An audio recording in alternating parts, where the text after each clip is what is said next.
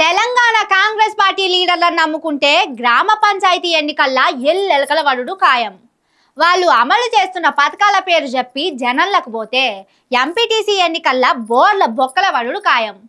మంత్రుల మాట తీరు, జనం కష్టాలను పట్టి పట్టనట్టు ఉండు, హెలికాప్టర్ల చక్కర్లు కొట్టుడు చూస్తే కాంగ్రెస్ పార్టీ కథ కంచికి మనం ఇంటికి అవుతున్నట్టే ఉన్నదని ఇగో గీ మేడం రంగంలోకి దిగుతున్నదట. మేం తోపులం అని చెప్పుకునే కాంగ్రెస్ పార్టీ లీడర్ల పని అయిపోయింది.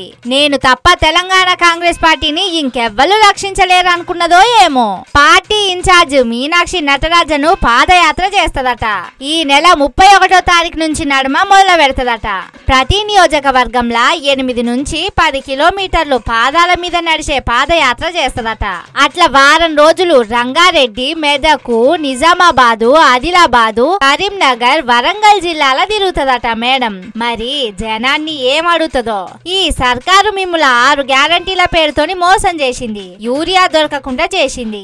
ఇందిరమ్మ ఇండ్లను కాంగ్రెస్ పార్టీ కార్యకర్తలకే ఇచ్చుకున్నది. సన్నబియ్యం అని చెప్పి నూకలు కలిపి ఇస్తున్నది. అందుకే ఈ సర్కారు మీద పోరాటం చేయాలి అని చెప్తదో, లేకుంటే రేవంత్ రెడ్డి నా ఫోన్ కూడా ట్యాప్ చేస్తున్నాడని తెలంగాణ జనానికి తన గోడు చెప్పుకొని ఏడుస్తుందో.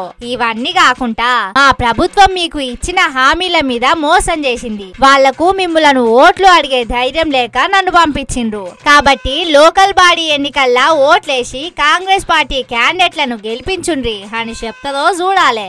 ఈ అన్ని కాదు, రేవంత్ రెడ్డి పాలన మీద జనం కోపంగా ఉన్నారని చెప్తే ఢిల్లీ పెద్దలు నమ్ముతలేరు. కాబట్టి తానే స్వయంగా పోయి జనంతోటి తిట్లు తిని ఆ వీడియోలు ఢిల్లీకి పంపే ఆలోచన చేస్తున్నది కావచ్చని అంటున్నారు కొందరు.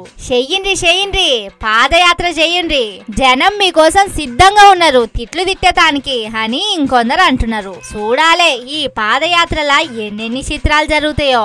సర్కార్ మీద వ్యతిరేకతను నటరాజన్ ఎట్లా ఎదుర్కొంటదో చూడాలే.